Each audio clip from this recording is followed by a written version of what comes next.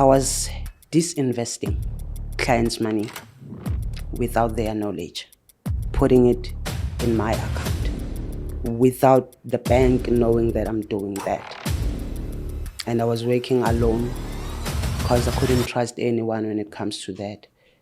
In total, it was just over 1.3 M. I shouldn't have done what I did, but I did it anyway. And now I'm paying the price. I cannot be employed due to criminal record. I'm struggling, trying to put my life together. The very same life that I messed up myself. There's nothing more painful than when you can't blame anyone but yourself. Hlengiwe, how are you? I'm good in yourself, bro. Fantastic. Who are you? Where are you from? Hlengiwe was born in Hammersdale, but grew up in Greytown. Did my primary there in Greytown and my high school as well. Yeah. I have 3 siblings right now. I'm the 4th one. 1 brother, 3 sisters. How was it like growing up in your family? It was actually nice, even though we're not that financially stable. But my mom and dad did the best to raise me up. I'm actually from a Christian family. Yeah. So growing up in your family, it was a decent family, I'm sure. Then probably you went to high school. Where were you seeing yourself after high school? Honestly, I did not know what to do when I was at high school, even though I was doing accounting, like commercial subjects. So I knew that I wanted to do something to do with bank or finance. So lucky enough, I got a scholarship when I was 18. That's when I moved to Joburg to further my studies. So you went to varsity? Yes. Geez, you were very lucky, man. You're getting a scholarship. Yeah, and it came out of nowhere. I wasn't expecting it. I had very high marks when I was doing my matric, so it helped for me to come here in Joburg and further my studies, of which after 6 years, I graduated. I got my BBA degree, Bachelor of Business Administration. Then from there, I got a job. I worked for the bank. I don't want us to talk about the bank that you worked for. I don't know are you comfortable to mention the bank? To mention the name of the bank, yes, Yeah. I worked for. You worked for Yes. bank, Yes. South Africa. Yes. Did you go for an interview or you saw a post somewhere? How did it go? Actually, it's crazy how it happened. When I was a student, I used to work like mid-year when the school are closed, then December as well. So it was something that I was used to. So before I graduated, I called them, asked them if they've got anything for me. So yes, I started very small, started as a teller, but I make my way up. What was the highest position that you had? I wouldn't say it was high, but I was an investment advisor. So clients would come in, those who have funding, Yes. and they would want to invest money. You Yes, would give those them... who want to invest, they will talk to me. Even though they don't come to the bank like walking in, but we had a way of dealing with it. We emailed, and we'll talk. Then I'll give them advices about their money. If ever, like maybe let's say the client has an account already. Yeah. Maybe it's maturing that day. Then I'll call the client or email the client and say, hey, dude, your account is maturing today. So would you like to take something or add on something? I can give you this percentage. Already, I know what to give them because the system does it all. So the system can analyze that Yes, this is the middle class, the lower like class? it depends ne, on how much. So the percentage they get according to how much they investing and how long they're investing for. So when you check on the system, what was the highest amount that you saw? People have a lot of money, just millions. I never dealt with a client like with billions, but the M's, yes. 100 millions. Yeah. But the minimum was 250. I could work with anyone who has 250,000 and above.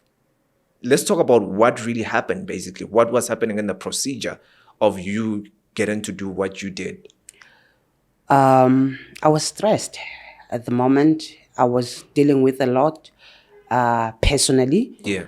I ended up being under pressure. I ended up overspending, living beyond my means. I just couldn't control it. To think that I'm the person who is supposed to teach people about how to handle a man, but I got it all wrong. I couldn't control it anymore because of the depression that I was going through. So I missed my mark there, and I found myself very lost. Were you getting enough when you look at it? Like my salary? Yeah, like in every month. No, it wasn't enough. Because you are the person who's advising people with millions and Yes, millions of yes, rands. yes, I know. Somebody It's crazy. who would think of somebody who does it. Yeah. Look, if I advise you with 200 million, just give me 500,000. Honestly, I think I was very stupid. I don't think I know. I was dumb at the moment. Did you ever do something thinking, no, I've got this, but at the end of the day, you know you're doing the wrong thing. And at that time, all you want to do is to have that money. Yeah. So it was a matter of being stupid.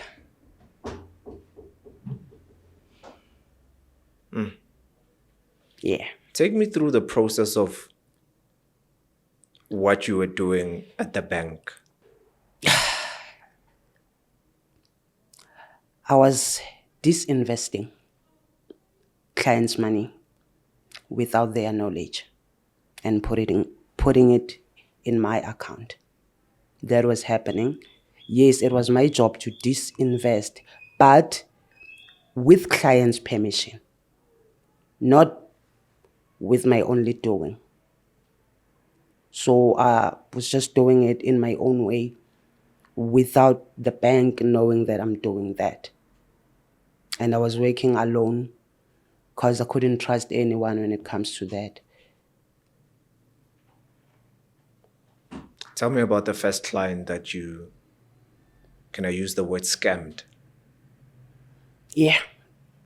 Tell me about the client that you scammed, the first one. The first one, it wasn't a client that had so much money, but I think it was around about not over 400,000. I think it was 385,000, if I'm not mistaken. That client, I thought he did not exist because his money was lying there for so many years.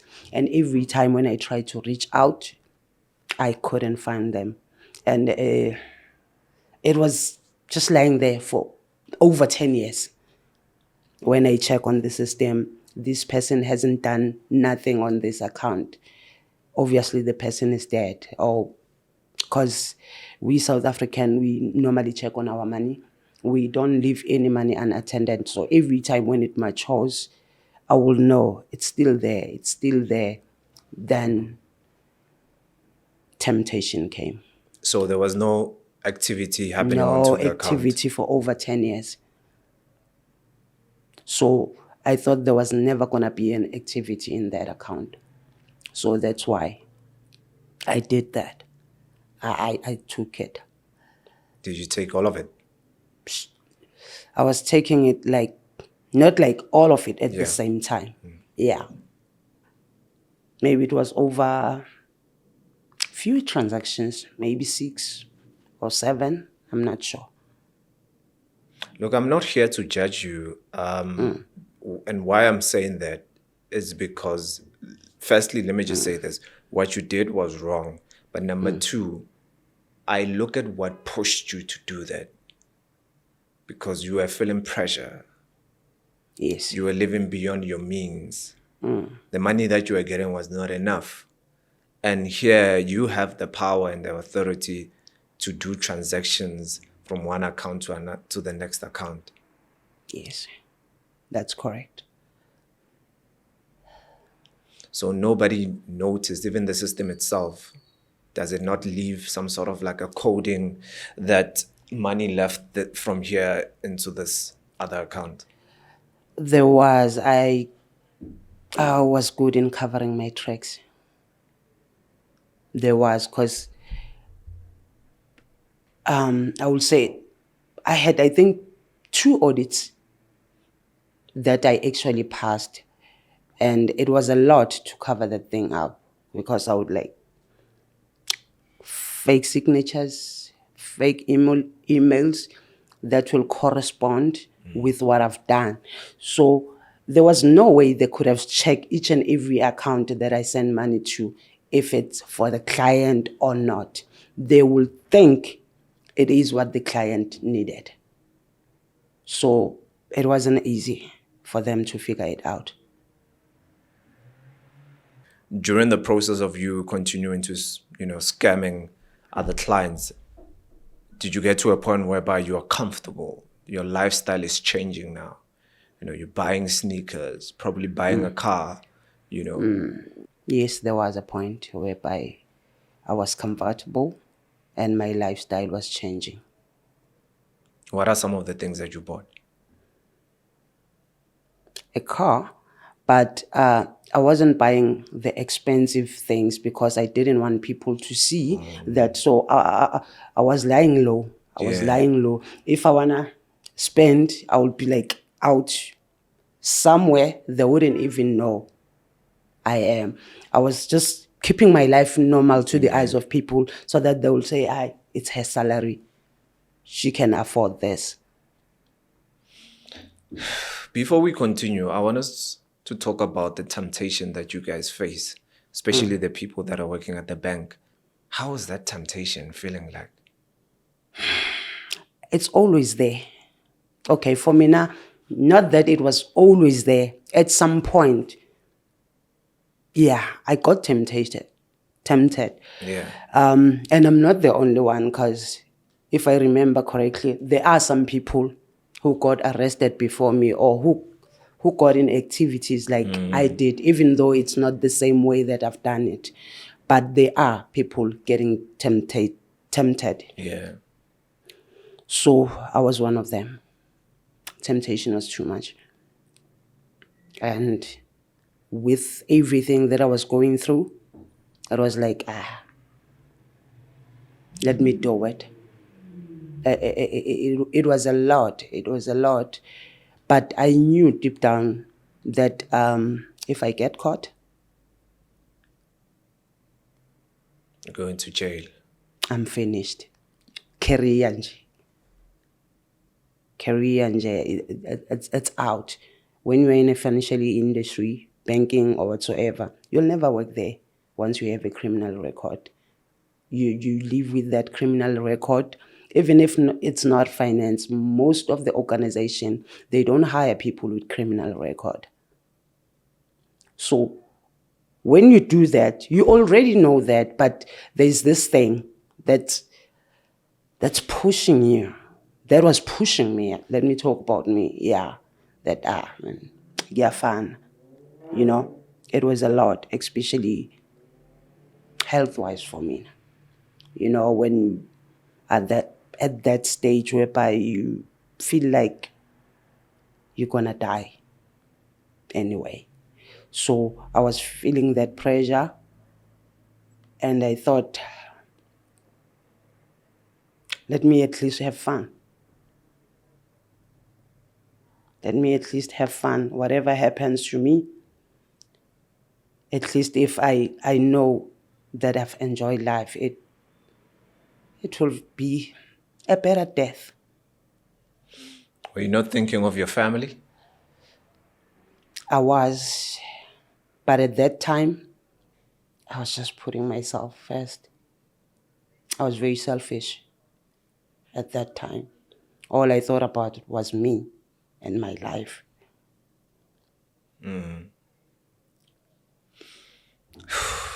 Yeah, ne?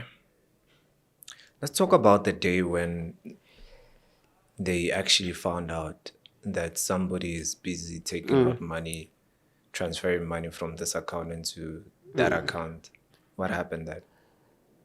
That day, I came to the office in the morning, like any other normal day. Day before, I have made that transfer. Ne? So it was going to click the following day because it takes overnight. I got there. I got a call from other department. I guess it was my unlucky day because one account that I was working on, somebody else was working on it.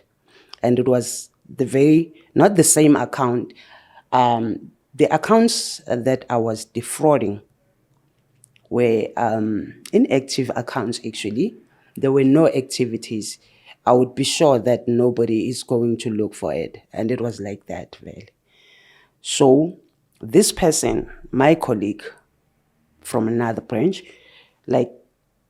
got to work with this account that I'm working on, knowing that this account has been like that for years, checked who has been doing transfers. And yet we all have codes and they are assigned to our names. So it pointed to me, and my colleague called me. I see that you did this and this yesterday. How did you do it? Where did you get the instruction for this? And obviously, I didn't have that instruction, even if it was faked. But it was already alarming because this account, no one can get on hold of this person. I remember it was a client from Jerusalem. Those who just don't check on their account at all. But Liena, I believe... Was this a foreigner? Yeah. Okay. Yeah. I believe he was dead or something because he hadn't used his account for over 10 years. So that thing, it was pushing me that, hey man, nobody is going to complain about it. I felt like I'm not hurting anyone, even though I knew it wasn't mine and it wasn't right. But I thought it will probably stay there forever. Your manager called you? Yeah. In 5 minutes, my manager called me. I was in the office. Before I knew it, it happened so fast. The cops were here. It's like they figure it out so fast at that time then. Yeah. Was this at a branch? Yes, I was at the branch. So they arrested you? Yes. In front of your colleagues? Not really arrested me, but it was obvious, even though I wasn't cuffed, because I asked them not to. I was so embarrassed at that time. Everything was happening so fast. I couldn't think at that time because I knew it was happening. Jail, here I come. And I knew there was no way out around it. So I knew I was done at that time. Then the police took me. And when I was at the van, the message was like, boop, boop, yo. It was the transfer that I made the previous day. I was like, dude, really? Inside the van? The van. That boy, it's making noise. Wee. I'm like, you're out here receiving. Shit. How much was it? It was 180,000. Wow. I remember. You're in a police van. You just got arrested. Another evidence. And now at the back you're getting 100 and something thousand. 180,000. And therefore I'm going down. Already I knew they've already froze my accounts. So I know, You're not gonna get it. yeah, I'm not gonna get it. Should it been like maybe before that, maybe I would have threw something. But I was already in the van and I was ready to just face whatever it was coming. Go to the police station. Went to the police station, the place. It stressed me. Are you still wearing the same uniform? No, I wasn't wearing a uniform. I was just wearing formally. So, yeah. And I was wearing all black. It's like I knew it was a bad luck day. I went to the police station, then I was charged What fraud? for fraud. When I was sentenced 10 years, suspended for 3 years, which makes it 7. You spent 7 years in jail. No, I spent 4. Sorry, you spent Yeah, 4. I spent 4. But my sentence was actually like 7. When was this? It was 2015 when I was sentenced. Yeah. Yes.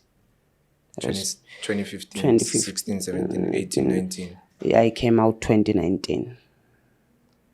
Do you regret what happened? I do, actually. There's no day that I don't regret it. A lot happened while I was inside. Yeah. I had people that I love the most. I lost people that I love the most. I never got a chance to pay my respect and bury them. And that alone kills me every day.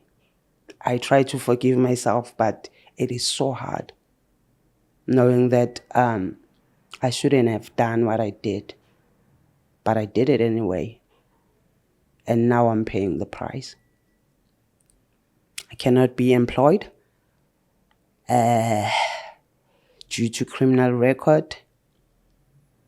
I'm struggling, trying to put my life together. The very same life that I messed up myself. There's nothing more painful than when you can't blame anyone but yourself. How do you beat yourself up? You feel like an idiot every day for ruining something good because you were not patient. The time when you were in prison, did it not come to you that I've got to do better? I've got to, find a way to pick up my life. What I did was wrong. And did it come to you that, you know what, I've done wrong? I need to accept this. Yeah, it was hard to accept. But I knew I've done wrong, and I spoke to people mostly that I've done them wrong. Even my bank. But yeah, it's not like they understood. There was nothing they could do. But to say what's done is done. We appreciate you coming to apologize for all the things that you have done. So that's how it ended with them. As for my family, yes, had a talk with them. Yeah. Friends. But there's one person I wish I could have seen and told him how sorry I am, which is my dad. I lost him while I was in prison. Yes, we talked over the phone, but that wasn't enough for me. I just wanted to talk face to face, And it was towards my release when I lost my dad. So it drove me completely insane. I'm sorry, man. Yeah. Do you think right now, 2024, there are people that are currently in your position? If I could get a chance, I will tell them to stop. Because for bankers, hey, ain't our place there. You just need to toughen up in that place. Besides, if you haven't got caught, just stop. Because I might have survived. You cannot survive. Besides, there are a lot of people that you're hurting along the way because of your selfish reason. It looks easier when you do it, but the consequences, they ain't easy to bear. They ain't easy to bear. And taking something that is not yours is just not right. And it's crime. And once you know it's crime, why do you keep doing it? Why do you do it? Because even myself, I keep asking myself, why did I do it? Why didn't I just stop? Because I had so many chances to stop, but I didn't. I had 26 counts. Should I have stopped on my 21st count at least? It could have been better. But once you get to it, you get addicted. It's kind of like an addiction. Yeah. Like every time you're broke, you tell yourself, I'm stopping. But you never stop. How much did you take from the accounts in total? In total, it was just over 1.3 M. Jeez, man, you're a millionaire, man. I was never a millionaire. I was never a millionaire. But yes, it came to that. It came to that. But I also thought I had morals. But money is a temptation. For a person like me to have done what I've done, yeah.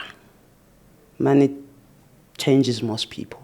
How long did it take you to, take 1.8 million? 6 months, 4 months? No. A year? 2 to 3 years. 2 to 3 years. Sure, it took some time, eh? It took some time. I was giving it a space, of months. So what was the strategy?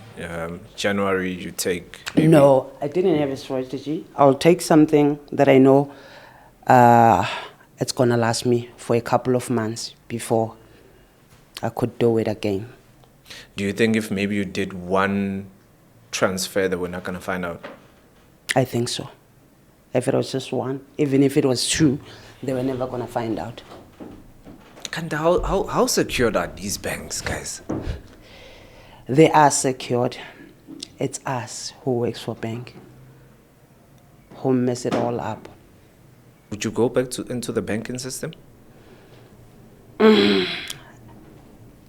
No, even though I loved working for a bank, but there are some other things that I'm pursuing in life that I feel like they're more fulfilling. And I just want to make a change now, from now on. Yes, it could be nice to work for a bank, but yeah, with my past, no. And with the things that I want to do, I think they're worth it. How was prison, the woman prison? It was tough for me. The procedures, the searching, the food, the times that constantly reminds you that you are not free. Like my first bath, when I first came in, it was 11 o'clock, 11 p.m. I'm bathing for the following day because we are 42 in a cell. We all take 15-minute slot. So it was a hard one. So you'll just wake up in the morning and you brush up.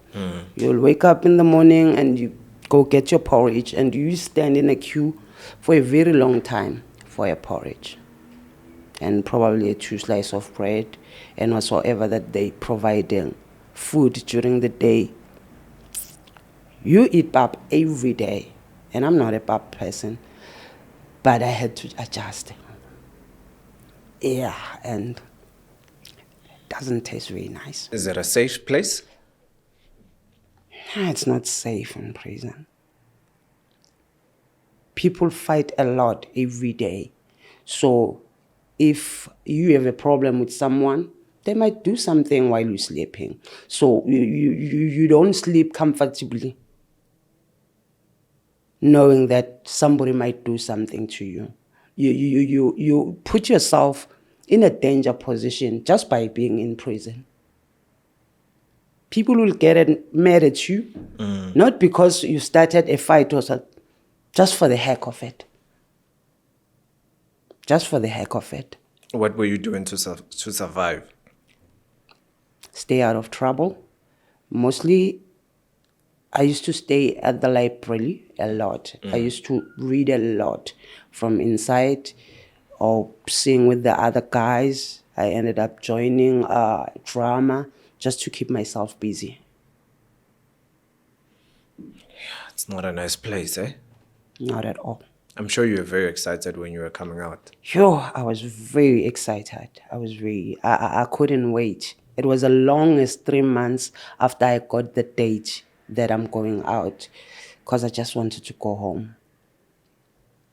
At some point, I will wish, even if I was sleeping under the bridge, it will be fine. That thing of being cooped inside, you don't get much fresh air. You can't even hear a car passing. It's just quiet. That quietness can drive anybody crazy. You will feel you crazy in that place. Because there ain't activities like outside. Hey, Joe, Yeah. no, there is nothing like that. You just see same people every day. Get locked up, maybe around about 2. Sometimes even at 12 if it's an early locked up. Yeah. Your day's done. Just like that. After everything has happened, you decided to write a book. Did you write this book in prison? I started it in prison, yes. Then you finished it off. Yeah, when when you I were came outside. out. Why did you write the book? There were a lot of things that were happening inside. Things that you couldn't believe they could happen. Secondly, I wanted to prevent people from doing what I've done, because reading this book, it's going to give you an insight of what could happen when you're in there. There are some things that you can never control when you're inside prison. And to think that you put yourself in there, nobody pointed a gun on you to do what you've done. Yeah. So I thought, if people reading from a real experience, not like it's a movie or something, it's something that really happened, maybe they'll learn that crime does not pay. And crime have consequences. Chapter 3, you speak about defeated in mind leads to defeat reality. Yes. I was defeated. It was during the trial. Yeah. Yeah. When I knew that I was going down, when I decided that, you know what, let me make this thing very easier, I pleaded guilty just to fasten up the process. I was defeated, Vele. Chapter 4, welcome to D3. Is this your cell number? D3 is maximum. Okay. Yeah. Unfortunately, when I got to prison, there wasn't space at medium, so I went to D3 maximum. Chapter 6, the beginning of war. Yes. Is this the war in prison?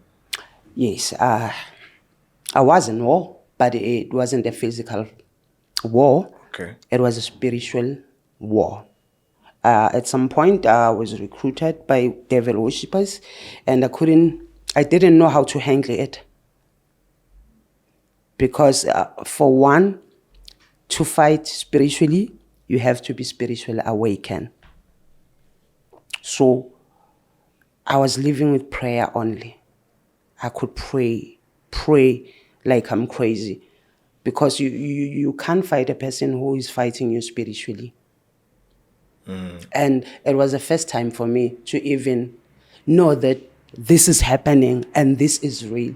Yes, I heard about devil worshippers before, Illuminati or Satanist or whatsoever, Yeah. but I never thought I would be this close to them. How were they trying to recruit you? It's a lot. I used to see things in prison. Like, I don't know. I thought I was crazy too. Like, I could see a person sleeping, but again going out.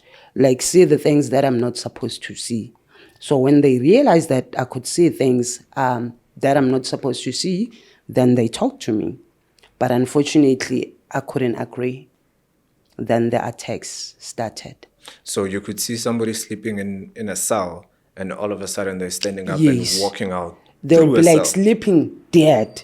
But a person will just go out, maybe as a creature, maybe or like a dark smoke, or like it was, I thought I was mad at some point, because if you tell a normal human being that, they'll say, "Alo, that was where was serious." So the very same things they came to you to say, look, join us. Yes, they did. Yes, they did. But yeah, I couldn't agree. They attacked me, got sick, got admitted, got para for almost 2 weeks. It was a lot. It was a lot. That's why I decided to write a book about it, because I never had or saw a movie that's got what I saw. So for me, it was like, no, this is a new thing for me. People has to know about it. Meeting Zozo. Meeting Zozo, okay, it's just a name that I created. Okay. Okay, it's a friend that I met in prison. Your soul has seen the worst. That's why I picked that title. Yes, my soul has seen the worst. Thank you so much for your time. I pray and I hope that your story gets to the right ears and they get to listen and they get to learn from you. Thank you so much, Hlengiwe. Appreciate it. Well, I mean, out here. Sure. Sure.